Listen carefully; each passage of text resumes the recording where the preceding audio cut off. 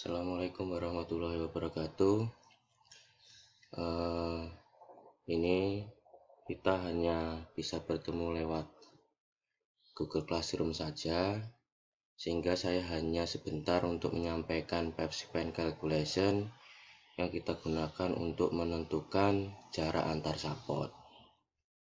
Nah, waktu kita terbatas, mungkin ini waktu kita hanya 15 menit. Ya, kalau terlalu panjang nanti juga filenya juga terlalu besar. Ya, ini saya sampaikan sekilas saja, nanti silahkan dilihat di latihan soalnya untuk lebih jelasnya. Untuk penentuan maksimum allowable PEP-span ini digunakan untuk menentukan jarak antar sapot pada pipa horizontal yang berdasarkan kepada bending stress, vertical deflection, dan natural frequency. Sehingga nanti pekerjaan Anda untuk pipa yang terhubung dengan static equipment itu Anda menggunakan bending stress dan vertical deflection atau based on limitation stress dan deflection. Kalau untuk pipa Anda yang terhubung dengan rotating equipment, Anda menggunakan ketiga-tiganya. Anda menghitung based on limitation stress, deflection, dan natural frequency. Nah, ini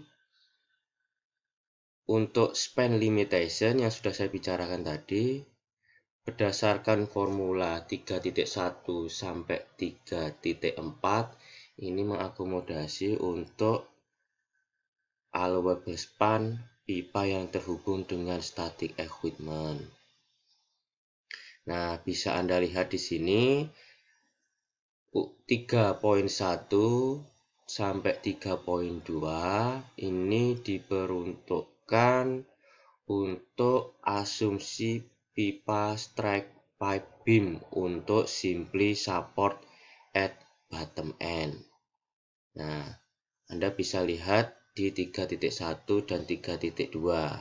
Nah, kemudian untuk support Anda jika diasumsikan simply support at both end and uniformly load beam with both end fix, berarti Anda both end fix, berarti ujung-ujungnya Anda di anchor, berarti Anda menggunakan 3.3 dan 3.4. Nah, 3.1, 3.3 itu adalah based on limitation of stress.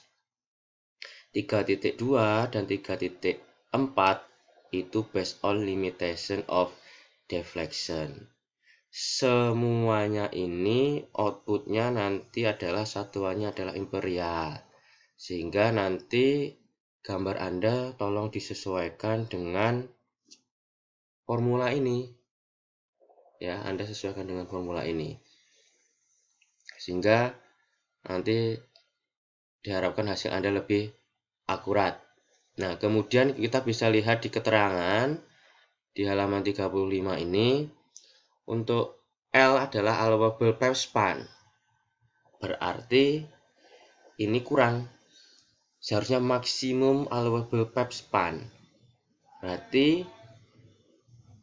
kalau kita nanti memilih nilai di bawah nilai yang sudah dihitung, itu diperbolehkan. Tetapi kalau Anda memilih jarak antar sapot lebih dari yang diizinkan, itu tidak diperbolehkan. Nah, ini outputnya adalah fit. Kemudian section modulus pipa Z, ya, ini inci pangkat 3. Ya. Kemudian SH ini adalah allowable tensile stress, ya. Jadi dibedakan, ya mirip lah dengan SH yang digambar sebelumnya. Ya, untuk penentuan fleksibilitas SH-nya allowable-nya nilainya sama, Anda isikan di sini. Kemudian W itu adalah total weight of pipe dengan satuan pound per feet. Jadi nanti outputnya adalah pound per feet. Yang isinya apa? Isinya tentang metal weight, content weight, insulation weight. Metal weight berarti berat total pipa Anda. Hanya pipa Anda. Ya. Kemudian content weight itu adalah fluida yang Anda pakai di situ yang mengalir pada pipa. Nah, kemudian insulation weight ini opsional jikalau jalur perpipaan Anda ada insulasinya. Kemudian delta ini ada allowable deflection or sag dengan satuan inci, ya. Nah, ini nanti Anda isikan asumsi sesuai contoh diperbolehkan, atau Anda mengisi nilai displacement yang sudah Anda hitung di fleksibilitas, monggo diperbolehkan, tapi dengan satuan inci, ya. Tapi kalau nggak mau ribet, Anda sesuaikan dengan contoh soal, ya. Kemudian I itu adalah momen inersia dengan satuan inci pangkat 4. Nah, untuk Z dan I ini bisa Anda ambil di tabel pada bukunya Sam Kanapan. Nah, di bagian belakang sendiri. Itu silahkan Anda bisa lihat di situ. Ya. Jadi disesuaikan pipa Anda NPS berapa, nanti pasti akan berbeda nilai Z serta nilai I-nya. Nah, kemudian nilai E adalah modulus elastisitas, ya. Itu sudah Anda cari kemarin, ya. Nanti tinggal Anda masukkan saja, ya. Kemudian untuk natural frekuensi ini akan saya bahas minggu depan saja. Karena teringat waktunya juga terbatas, nanti kita bahas minggu depan saja, ya. Kemudian saya lanjutkan lagi. Anda lihat langsung ke halaman 38. Nah, ini Anda lihat di tabel 3.2, yaitu adalah rho atau densitas dari insulasi. Kalau Anda memakai insulasi, bisa Anda lihat di sini. Tapi tidak menutup kemungkinan nilainya bisa saja berbeda. Nah, nanti bisa Anda cek spesifikasi dari insulasi yang Anda pakai, ya. Nah, kemudian kita langsung aja masuk ke example problem dulu. Nah, untuk memudahkan pemahaman. Di sini dicontohkan pipa 10 inci dengan schedule standar, ya, STD, mungkin schedule 40, ya, yang beroperasi pada temperatur 400 Fahrenheit, ya. Kemudian pipa menggunakan material baja karbon A106 grade B. Kemudian pipa dialiri, ya, atau isinya itu adalah crude oil dengan spesifik gravitinya 1.2. Ya, nanti berarti Anda jadikan densitas, ya, jadikan densitas jadi pound feet cubic. Kemudian diketahui insulasinya adalah dari kalsium silikat dengan ketebalan 2 inci dengan densitas 11 pound feet pangkat 3. Nah, kalsium silikat bisa Anda lihat di sini 12,2,5. Tapi di sini 11. Nah, mungkin spesifikasinya berbeda sehingga perlu Anda cek dengan spesifikasi yang Anda pakai. Nah, kemudian Anda disuruh untuk menentukan berat pipa, berat konten atau berat fluidanya, dan berat insulasi. Ya, diasumsikan maksimum deflection yang diizinkan adalah 5/8 inci. Nah, poin pertama, sekarang Anda menghitung berat pipa per satuan panjang dulu. Yang pertama, Anda menentukan berat pipa yaitu menggunakan formula 1/4 pi, ya, kali ya. OD pangkat 2 dikurangi ID pangkat 2 dikali density dari pipa Anda. Ya, itu dulu yang saya tekankan. Berarti 1/4 Pi kali OD pangkat 2 dikurangi ID pangkat 2 dikali densitas.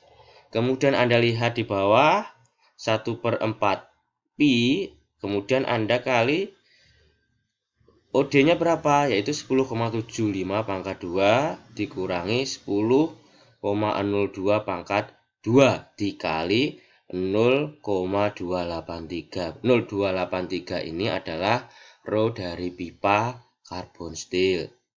Loh, 12 ini apa?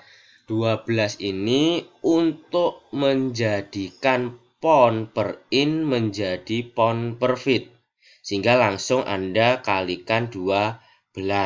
Lengthnya ini Anda abaikan. Sehingga nilainya 40,44 pound per feet. Sehingga ini berat pipa Anda persatuan panjang yaitu adalah 40,44 pound per 1 feet. Ya. Kemudian content weight. Ya. Content weight berarti 1/4 Pi Anda kalikan inset diameternya saja karena pipa Anda mengalir pada inset diameter. Di pangkat 2 dikalikan densitas. Ya, Anda kalikan densitas. Nah, kemudian 1/4 dikali Pi, ID-nya adalah 10,02. Anda pangkat 2. Kemudian tadi kan densitasnya memakai spesifik gravity. Kalau Anda langsung bukan spesifik gravity, langsung aja dijadikan pound feet cubic. Ya. Nah, di sini spesifik gravity-nya yaitu adalah 62,4 dibagi 12 pangkat 3. Ya, untuk spesifik gravity-nya. Jadi dijadikan pound per feet cubic sehingga nilainya 34,17 pound per feet. Nah, kemudian di sini ada insulation weight 1/4 dikali OD insulation. Berarti Anda harus tahu OD insulation-nya. Ya. Anda harus tahu OD insulation-nya. Nah, dapatnya dari mana? Pipa Anda tadi adalah 10, OD pipa Anda adalah 10,75. Maka OD insulation-nya adalah 10,075 ditambah 2 inci tebal atasnya, 2 inci tebal bawahnya, sehingga 10,75 ditambah 2 ditambah 2 sehingga 14,75. Nah, kemudian Anda pangkatkan dikurangi 10,75 pangkat 2 OD pipa dikali 12 ya. Kemudian densitas insulation-nya berapa nanti dijadikan pound per feet cubic. Oh ya, jangan lupa ini juga dikalikan 12 ya untuk jadikan pound per feet. Sehingga nilainya semuanya adalah pound per feet untuk total weight.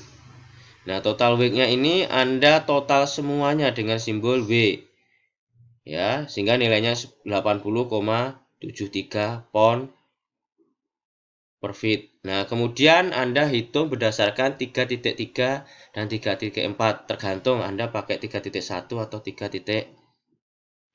Nah, di sini contohnya adalah 3.3 dan 3.4.